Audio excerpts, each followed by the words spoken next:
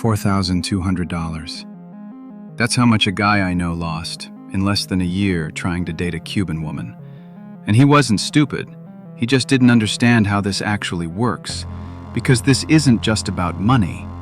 You can lose time, energy, and sometimes even your head. So if you're thinking about dating a Cuban woman, or you're already talking to one, stay with me.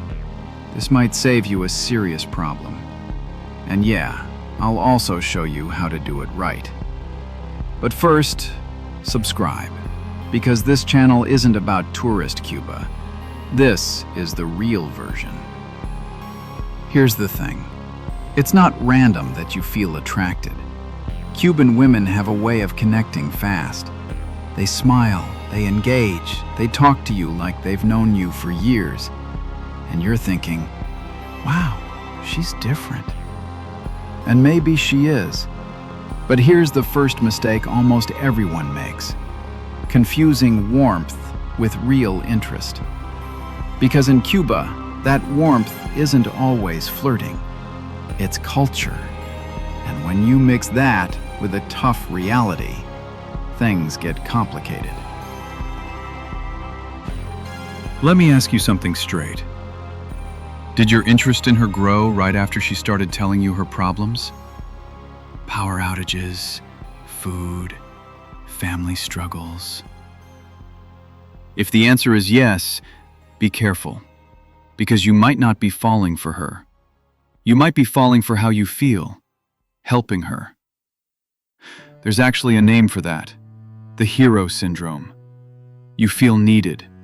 She shows gratitude, and your brain turns that into something bigger. But that's not always love. This is where a very common character shows up: the good guy. He sends money. He's always there. He never says no.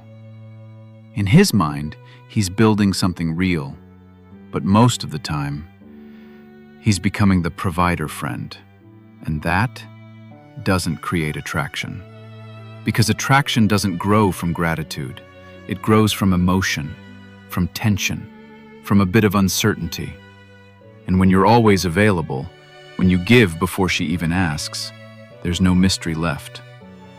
And without mystery, interest fades.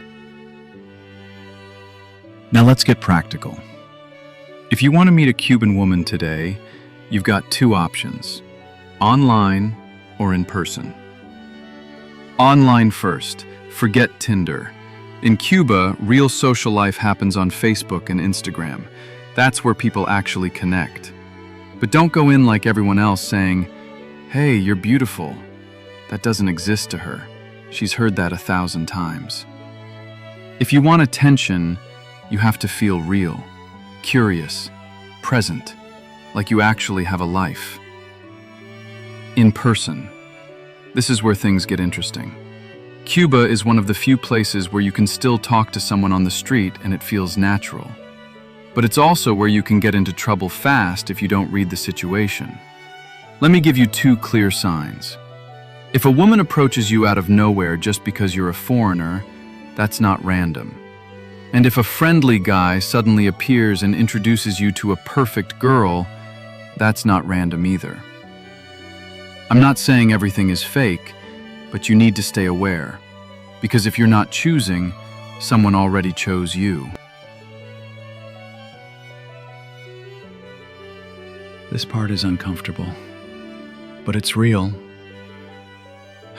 In Cuba, like in many places with economic pressure, there are relationships where money is part of the equation from the start. Sometimes it's obvious, sometimes it's subtle. Sometimes there are even real feelings, but the foundation isn't clean.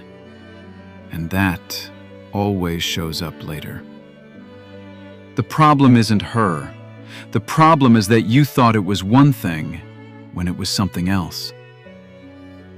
And by the time you realize it, you're already in deep.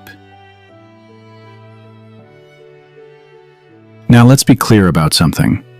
Real relationships do exist. A lot of them. People who met, connected, and built something solid.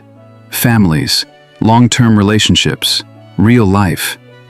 But those stories have one thing in common. They didn't start from need. They didn't start from money. They didn't start from, "I'll save you." They started normal, the way they're supposed to.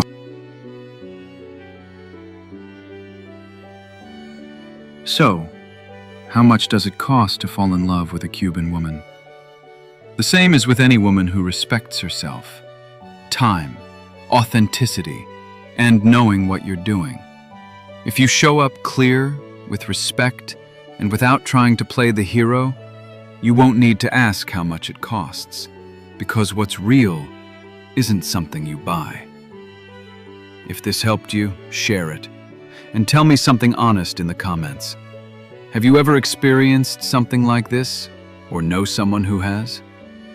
I'll see you in the next one.